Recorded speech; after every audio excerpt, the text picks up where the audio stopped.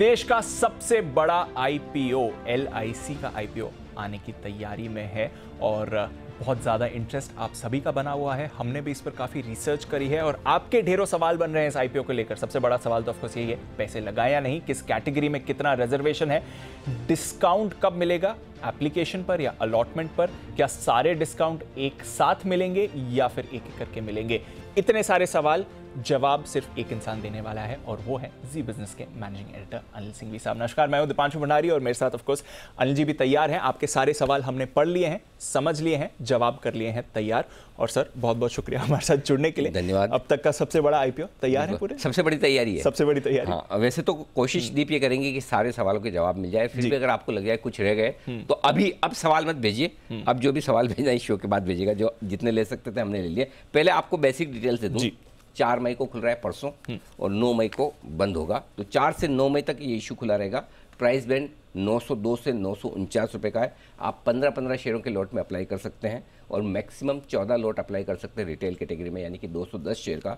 Issue size 21,009 crore का है और पूरा का पूरा ऑफर फॉर सेल है, यानी कि भारत सरकार इसमें शेयर बेच रही है।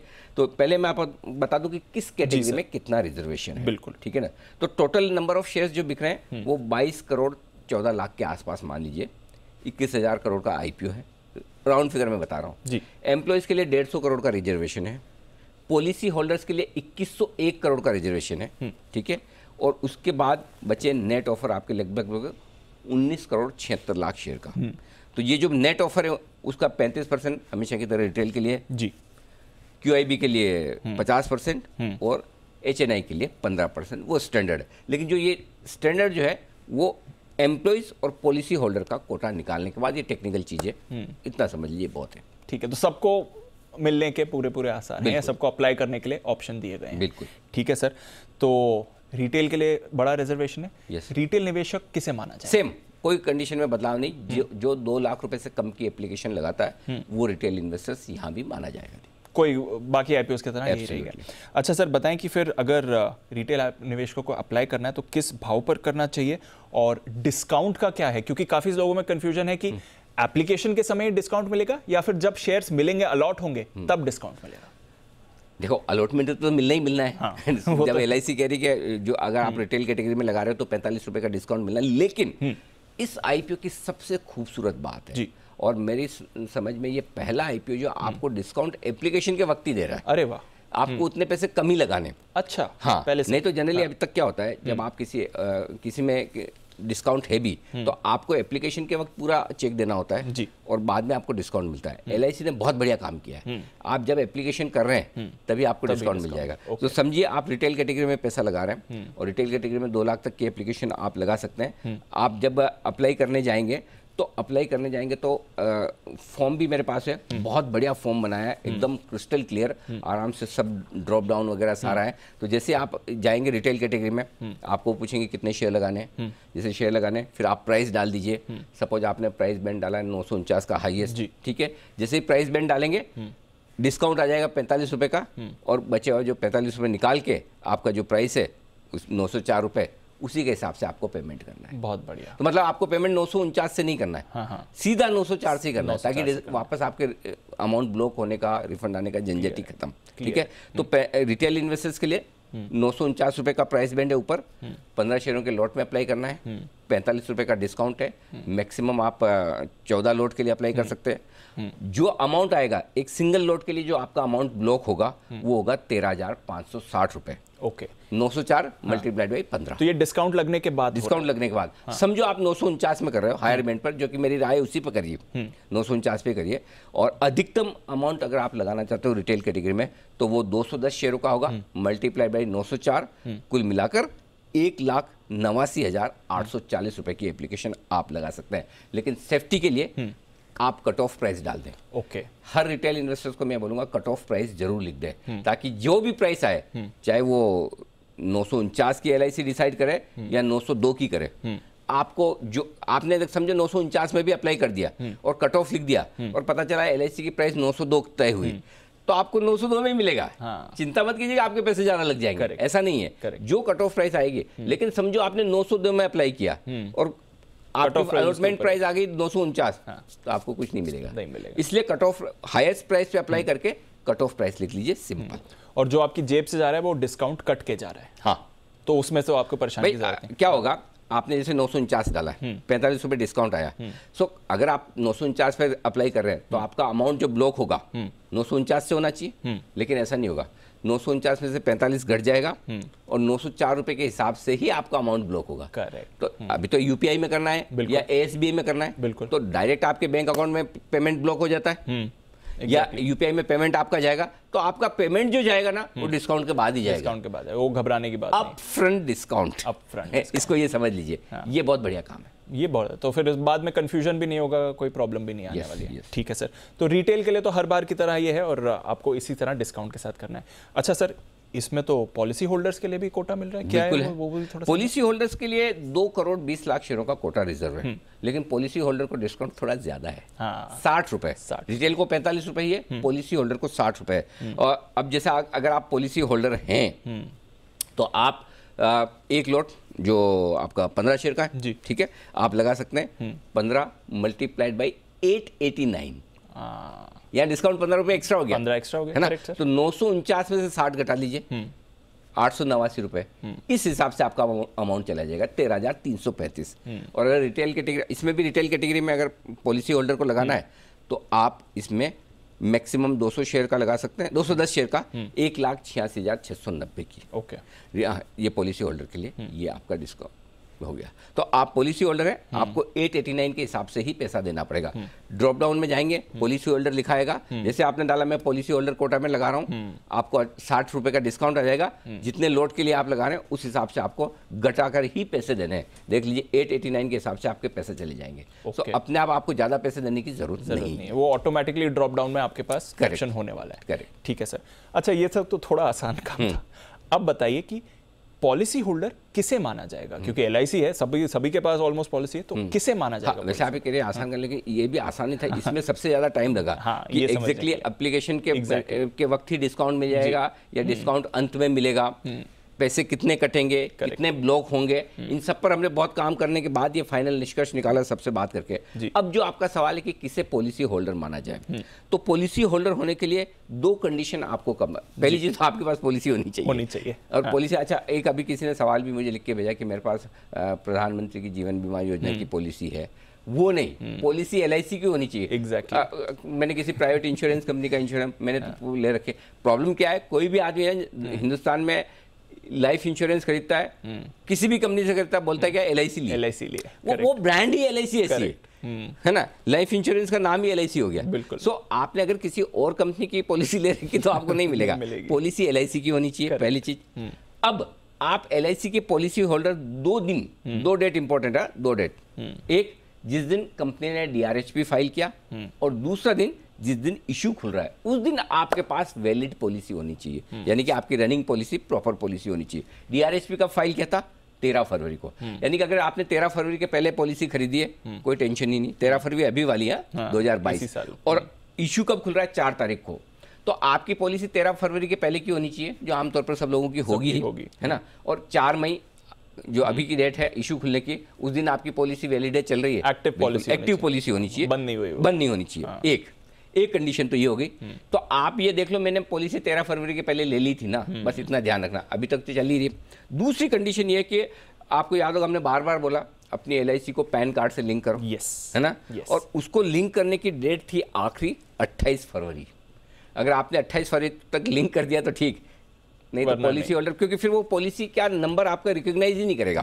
जब आप एप्लीकेशन करने जाएंगे और वो पॉलिसी नंबर डालेंगे, एलआईसी ने वो पॉलिसी नंबर रिकॉग्नाइज कर लिया और आपने लिंक कर रखा है पैन से, तो आपका काम हो जाएगा। लेकिन अगर 28 फरवरी को नहीं किया तो फिर आप नहीं कर पाएंगे। तो एक अभी आपकी एक्टिव पॉलिसी होनी चाहिए, दूसरा 28 फरवरी के पहले। अच्छा समझो आपके पास 10 पॉलिसी है, 5 पॉलिसी है, तो सबको करने की जरूरत नहीं, एक कोई भी पॉलिसी आप लिंक कर दी, उतना ही काफी है। ठीक है। तो अगर आपने कोई भी एक पॉलिसी लिंक कर दी थी पैन कार्ड के साथ, टेंशन फ्री, तो ये 2 कंडीशन है, तो ये आप पॉलिसी होल्डर है और तो आपको मिलेगा 60 रुपए का डिस्काउंट। और दोनों पूरी करनी है तभी मिलेगा, ऐसा नहीं कि एक है दूसरी, दोनों पूरी करनी, पैसे मिल रहे हैं भाई, डिस्काउंट। हाँ। अच्छा ठीक है सर। अच्छा, आपने ये बोला कि 13 फरवरी से पहले की होनी चाहिए, पर कितनी पुरानी होनी चाहिए, या कोई ऐसी लिमिट भी है कि किसी की 10,000 की होगी, किसी की 1 लाख की होगी, 5 लाख की होगी, उसमें कोई फर्क नहीं पड़ता दीप, कितनी बड़ी हो कितनी छोटी हो, साइज से कोई मतलब नहीं। आप प्रीमियम साल के 5 लाख भर रहे हो, 5,000 भर रहे हो, 50 लाख भर रहे हो, कोई फर्क नहीं पड़ता। अच्छा। तो साइज से कोई मतलब नहीं। ऐसा नहीं कि छोटी पॉलिसी को कम डिस्काउंट मिलेगा, बड़ी को ज्यादा मिलेगा। LIC के लिए हर पॉलिसी होल्डर बराबर है। तो पहली चीज तो आपके साइज से कोई मतलब नहीं, और दूसरा कितनी पुरानी से भी कोई मतलब नहीं। अगर आप 13 फरवरी को पॉलिसी होल्डर हैं, बहुत हो गया, जिस दिन DRHP फाइल हुआ 28 फरवरी तक आपने इसको लिंक कर दिया, हो गया। आज जब 4 मई को IPO खुल रहा है, तब आप पॉलिसी होल्डर हैं, हो गया। तो पुरानी आपने 20 साल से रखी है, बहुत अच्छी बात है। 10 साल पुरानी है, 5 साल पुरानी है, 6 महीने पुरानी है, कोई दिक्कत नहीं। तो ऐसा नहीं कि मतलब बहुत पुरानी होगी तो ज़्यादा डिस्काउंट मिलेगा, या बहुत पुरानी होनी है। 13 फरवरी को जिस दिन DRHP फाइल हुआ, उस दिन आप पॉलिसी होल्डर हो गया काम। समझ गए, बस सिंपल है। तो इससे कोई फर्क नहीं पड़ेगा कितनी पुरानी क्या है, क्या साइज और डेट दोनों से फर्क नहीं पड़ेगा। पर एक और सवाल, और ये बहुत सारे इसको लेकर सवाल आए हैं, एक से ज़्यादा अगर पॉलिसी है तो क्या एक से ज़्यादा डिस्काउंट भी मिलेगा सर? नहीं, एक से ज्यादा पॉलिसी, आप हर पॉलिसी होल्डर कोटा में एक ही एप्लीकेशन लगा सकते। अच्छा, एक ही है, ऐसा नहीं कि मैंने 10 पॉलिसी ले रखी, मैं 2 लाख की 10 लगा दूं। अच्छा, ऐसा नहीं, ना। देखिए, अल्टीमेटली आदमी तो एक ही है ना, पॉलिसी ज्यादा है, पर पॉलिसी नहीं है, पर पॉलिसी होल्डर है। ओके। एक पॉलिसी होल्डर कोटा में एक ही एप्लीकेशन लगा सकता है। ये मत सोचो मैंने 10 पॉलिसी ले रखी तो मैं 10 एप्लीकेशन अलग अलग डाल दूं, ये गलती नहीं करनी, एक ही डालनी। हाँ, ठीक है। चलिए, तो एक ही एप्लीकेशन आप लगा सकते हैं अगर आपके पास एक से ज्यादा पॉलिसी है तो भी। ठीक है सर। माइनर के नाम, अगर मेरे बच्चे के नाम में पॉलिसी है, माइनर अकाउंट में पॉलिसी है, तो पॉलिसी प्रीमियम का भुगतान तो मैं ही कर रहा हूँ, पेरेंट्स करते हैं, पर एप्लीकेशन कौन लगाएगा और मिलेगा किसे डिस्काउंट? देखो भाई, सिंपल सी चीज दी कि स्टॉक मार्केट में माइनर भी अकाउंट रख सकता है। यस। माइनर के नाम पे डीमेट अकाउंट खुलता है, और उसका गार्जियन उसके पेरेंट्स होते हैं जो अकाउंट हैंडल करते हैं, करेक्ट। और सेम सिचुएशन में माइनर के नाम पे पॉलिसी होती है। बच्चों के नाम पे लोग इंश्योरेंस पॉलिसी खरीदते हैं, बड़े होकर उनके जो काम आएगी। तो आप माइनर के नाम पर अगर आपने पॉलिसी ले रखी है तो पॉलिसी होल्डर कोटा में आप एप्लीकेशन कर दीजिए। ओके। एप्लीकेशन माइनर के नाम पे ही जाएगी। माइनर का डीमेट अकाउंट होना चाहिए। आप डीमेट अकाउंट खुलवा लीजिए, खुलवा लिया होगा अब तक, तो क्योंकि डालना ही पड़ेगा। तो माइनर के नाम का डीमेट अकाउंट होगा, माइनर के नाम की पॉलिसी होगी, माइनर के नाम से ही एप्लीकेशन लगेगी। पैसा कोई भी चाहे पेरेंट्स दे दे, चाहे माइनर के अकाउंट से जाए, दोनों चलेगा। लेकिन ये कहें कि माइनर के नाम पे पॉलिसी और पेरेंट के नाम पे आपको पॉलिसी होल्डर का डिस्काउंट चाहिए, वो नहीं होगा। ओके। हाँ, माइनर की पॉलिसी तो माइनर ही अप्लाई करके ले सकता है। अगर मैं पेरेंट्स हूँ, मुझे डिस्काउंट चाहिए तो मेरे नाम पे पॉलिसी होनी चाहिए। माइनर के नाम पे पॉलिसी है, माइनर के नाम पे अप्लाई कीजिए, डिस्काउंट ले लीजिए, कोई दिक्कत नहीं, क्योंकि वो एक सेपरेट पॉलिसी होल्डर हो गया, मैं सेपरेट पॉलिसी होल्डर हूँ। समझ, करेक्ट, क्लियर है। तो माइनर के लिए उसी अकाउंट पे मिलेगा, उसी एप्लीकेशन पे मिलेगा। माइनर को भी मिलेगा। पहली चीज तो आप माइनर को मिलेगा। दूसरी चीज, एप्लीकेशन माइनर को ही करनी है, माइनर के नाम पे ही करनी है। पेमेंट वाली पेरेंट्स करे, कोई दिक्कत नहीं, आप ही के आपका डीमेट अकाउंट होना चाहिए, कर दीजिए। Understood sir. चलिए, तो ये दूसरी कैटेगरी भी समझ गए।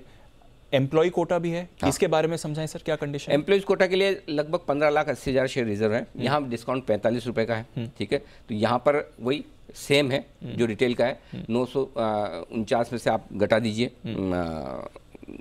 45 रुपए, उस हिसाब से आपका अप्लाई हो जाएगा। यहाँ पर भी आप कट ऑफ प्राइस पर ही अप्लाई कर सकते हैं। सेम पॉलिसी होल्डर कोटा में भी आप कट ऑफ प्राइस है। एक चीज़ तो समझिए, सब जगह आपको कट ऑफ प्राइस लगा ही देनी है, ताकि जिस भी भाव में फाइनल अलॉटमेंट प्राइस आए आपको अलॉट मिल जाए, वो सेफ्टी हो जाती है, वो सेफ्टी होगी। तो सेफ्टी के लिए कट ऑफ प्राइस जरूर सेलेक्ट करें, ये ध्यान में रखिए। अब आइए, एम्प्लॉय किसे माना जाएगा, यहाँ थोड़ा सा फर्क है दीप जी। जिस दिन RHP फाइनल हुआ था, RHP फाइल हुआ था, और जिस दिन इशू खुला उस दिन आपका एम्प्लॉय होना चाहिए। तो RHP की तारीख थी 26 अप्रैल और इशू खुलने की तारीख है 4 मई। तो अगर 26 अप्रैल को आप LIC के एम्प्लॉय हैं तो आप हैं ही हैं। 26 अप्रैल में अभी तो अभी क्या, तो जो LIC के एम्प्लॉय हैं वो लगा सकते हैं, उनके लिए सिंपल सी चीज़ है जी। ठीक है, तो ये है आपके लिए कैटेगरीज यहाँ पर। अच्छा, अब जो सबसे इंटरेस्टिंग सवाल आता है, एक एप्लीकेशन पे एक से ज्यादा डिस्काउंट मिल सकता है? क्योंकि रिटेल हैं आप, पॉलिसी होल्डर भी हो सकते हैं, और कुछ केसेस में तो आप एम्प्लॉय भी हो सकते हैं। तो क्या 2 या 3 डिस्काउंट मिल सकते हैं? यानी कि एक LIC का ऐसा एम्प्लॉय जो एम्प्लॉय कोटा में 45 रुपए ले सकता है, वो बोलता है मेरे पास पॉलिसी भी ली हुई है, 60 उधर मिल जाए, और रिटेल कैटेगरी में 2 लाख से कम लगा रहा हूँ तो 45 कुल मिला के 150 रुपए लूट लो। एक में एक ही मिलेगा। अच्छा। हाँ, अगर आपको ज़्यादा डिस्काउंट चाहिए तो ऐसा नहीं कि मैं एक लॉट अप्लाई करूं और 150 रुपए का डिस्काउंट मांग लूं, मैं तो तीनों कैटेगरी में एलिजिबल हूं। तो आपको तीनों कैटेगरी का बेनिफिट करने के लिए 3 अलग अलग एप्लीकेशन लगानी पड़ेगी। ध्यान से सुनिएगा। ओके। एम्प्लॉय कोटा में अलग लगाइए और एम्प्लॉय कोटा का आपको 45 रुपये डिस्काउंट मिल जाएगा। रिटेल में अलग लगाइए, रिटेल का 45 रुपये मिलेगा।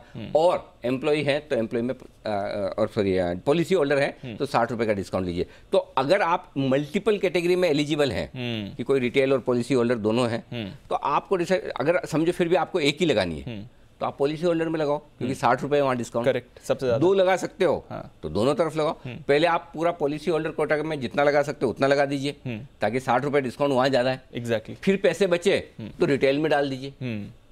सही बात है ना। सो आपको डिसाइड करना, लेकिन आप सोचोगे तीनों का डिस्काउंट एक ही एप्लीकेशन में मिल जाए ना, ऐसा नहीं है। तो ये ध्यान रखना है, अगर हर कैटेगरी का डिस्काउंट अलग है और अगर आप एक से ज्यादा कैटेगरी के लिए एलिजिबल हैं, आप लगा सकते हैं, योग्य हैं उसके लिए, तो आपको अलग अलग एप्लीकेशन करनी पड़ेगी, ये ध्यान में रखिएगा। और अलग अलग एप्लीकेशन हर एक कोटा में आपको अलाउ है, लेकिन एक चीज ध्यान में रखनी है, आप रिटेल और HNI दोनों कोटा में एक साथ नहीं कर सकते। हाँ, पता चले बोले आपने तो बोला सारे कोटा में अलग अलग अलाउ है, रिटेल या HNI में से एक ही जाएगी, है ना। ओके। हाँ, ओके। अगर आपने रिटेल में डाल दी तो ठीक है, फिर HNI में मत डालना, नहीं तो एप्लीकेशन आपकी रिजेक्ट हो जाएगी।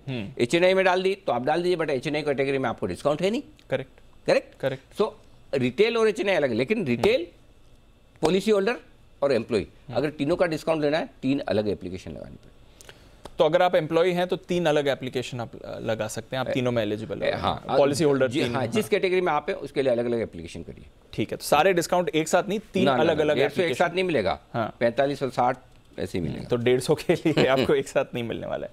अच्छा सर, लोग ये भी जानना चाहते हैं कि क्या डिस्काउंट को ट्रांसफर किया जा सकता है? ट्रांसफर मतलब कि मानो कि मेरे वाइफ के नाम में है, मेरे पार्टनर के नाम में है।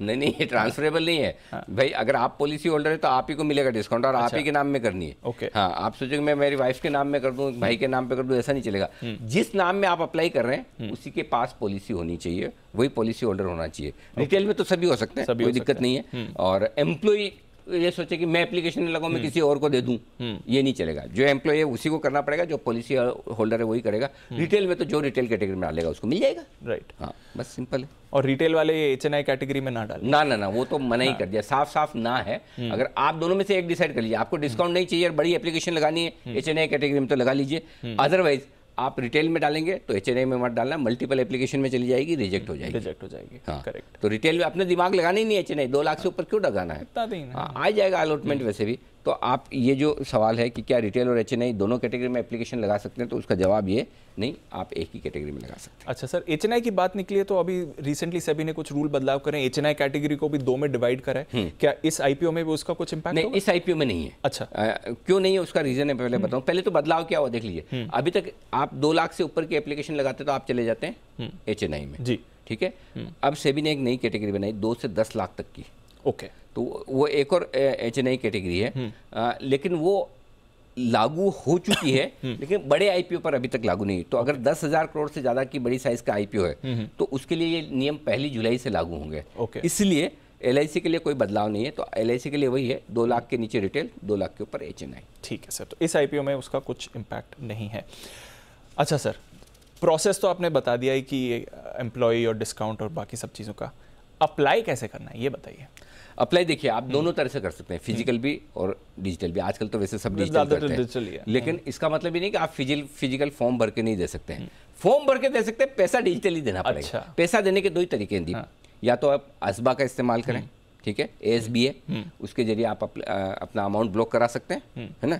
एप्लीकेशन सपोर्टेड ब्लॉक्ड अमाउंट, ये SBA का फुल फॉर्म है। तो आप वैसे अप्लाई कर सकते हैं, या UPI पेमेंट के जरिए आप कोई भी अपने मोबाइल ऐप से, नेट बैंकिंग से, UPI पेमेंट से, किसी से भी आप पेमेंट कर सकते हैं। सो ऑनलाइन जाओ, करो, खत्म करो ना मैटर।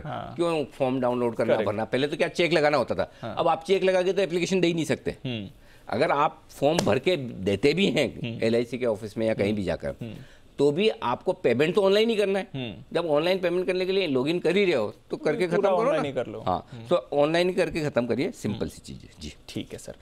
सर वैसे तो आपने पूरा प्रोसेस समझा दिया और कहा भी है ड्रॉप डाउन है, सारी चीज़ें ऑनलाइन मिल जाएंगी, बट फिर भी किसी को कोई परेशानी हो जाए तो अगर परेशानी हो तो सवाल किससे पूछें? हमसे पूछे और किससे पूछेंगे? हमसे तो पूछेंगे। हाँ, हम तैयार है सवालों के जवाब देने के लिए। कोई भी सवाल अगर आपका मन में है फिर भी ठीक है। देखिए, जरूरी नहीं कि सारे हमसे पूछे, सारे पूछेंगे तो हम जवाब कितना दे पाएंगे, लेकिन और तरीके हैं जो मैं बता दूं।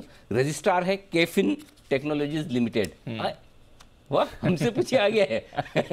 हमसे पूछे। लेकिन हाँ, इसके अलावा जो दूसरे तरीके वो नोट कर लीजिए। केफिन टेक्नोलॉजी जो रजिस्ट्रार है उनसे आप पूछ सकते हैं। उनका टेलीफोन नंबर आपके यहाँ स्क्रीन पर दिख रहा है, स्क्रीनशॉट ले लीजिएगा या वापस इसको शो को देख लीजिएगा आपको ऑनलाइन। ईमेल भी हम यहाँ पर आपको दे रहे हैं, lic.ipo@kfintech.com। इस पर आप ईमेल देंगे और टोल फ्री नंबर आपके सामने है। ICICI सिक्योरिटीज इनका वो लीड मैनेजर भी है, उनका भी हमने एक डिटेल दिया है, तो वो भी उसकी भी आप ईमेल आईडी नोट कर लीजिए। थोड़ी लंबी चौड़ी है तो आप जरा सा नोट कर लीजिए। तो ये सारे तरीके हैं, आप चाहें तो उनसे भी डायरेक्टली सवाल पूछ सकते हैं। ओके, तो ये है आपके लिए पूरे IPO के सारे जुड़े सवाल। सर, सब कुछ तो आपने बता दिया, सबसे बड़ा सवाल ही बच गया अब। अप्लाई करना है या नहीं, क्या राय है आपकी? अभी पूछा ही नहीं। मैं सोचा था कि सब कुछ होने के बाद शायद पूछेंगे, तो बिल्कुल अप्लाई करना है। अप्लाई करना है। हाँ, 100% बिल्कुल करना है। देखिए, दो चीज़ है दीप इसमें। एक वो लोग जो शॉर्ट टर्म पैसा बनाना चाहते हैं और दूसरे वो लोग जो लॉन्ग टर्म में बनाना चाहते हैं। और हमारी थ्योरी बहुत क्लियर है, लॉन्ग टर्म सोचिए, शॉर्ट टर्म में पैसा बन जाएगा। शॉर्ट टर्म सोचेंगे, बन भी सकता है, ना भी बने, लेकिन संभावना पूरी है कि LIC के IPO में आपका दोनों शॉर्ट टर्म और लॉन्ग टर्म में पैसा बनेगा। अच्छा, दोनों में बनेगा? उसकी वजह बताऊं। देखिए दीप, एक तो ये कि बहुत सारे IPO ऐसे आते हैं जहां आप अप्लाई तो करते हैं, अलॉटमेंट कभी मिला ही नहीं। यस। और जिनमें अलॉटमेंट मिला वो नीचे लिस्ट होता है जी, राइट। तो और बड़े IPO में यूजुअली वो होता डर है। रहता तो LIC के IPO में साइज बड़ी है, तो पहली चीज तो है कि आपको अलॉटमेंट मिलने के पूरे चांसेस हैं। दूसरी चीज है कि कुशन हो गया, रिटेल के लिए 45 रुपए का डिस्काउंट, पॉलिसी होल्डर के लिए 60 रुपए का डिस्काउंट। तो इंस्टीट्यूशन तो आपको 949 पे ही लेगी, फर्ज करें कि ऊपरी बैंड पर आता है। सो आपके लिए वो कुशन है। सो उस लिहाज से आप डाल सकते हैं। मेरा पॉइंट सिंपल है, अगर आपको 5% का डिस्काउंट रिटेल में मिल रहा है, राइट, 7% के आसपास का डिस्काउंट आपको पॉलिसी होल्डर में मिल रहा है, तो वो कुशन हो गया ना। लेकिन फिर भी मैं कहूँगा कि शॉर्ट टर्म में पैसा बन जाए, बहुत बढ़िया, लेकिन इस IPO को आपको लॉन्ग टर्म के हिसाब से लगाना चाहिए।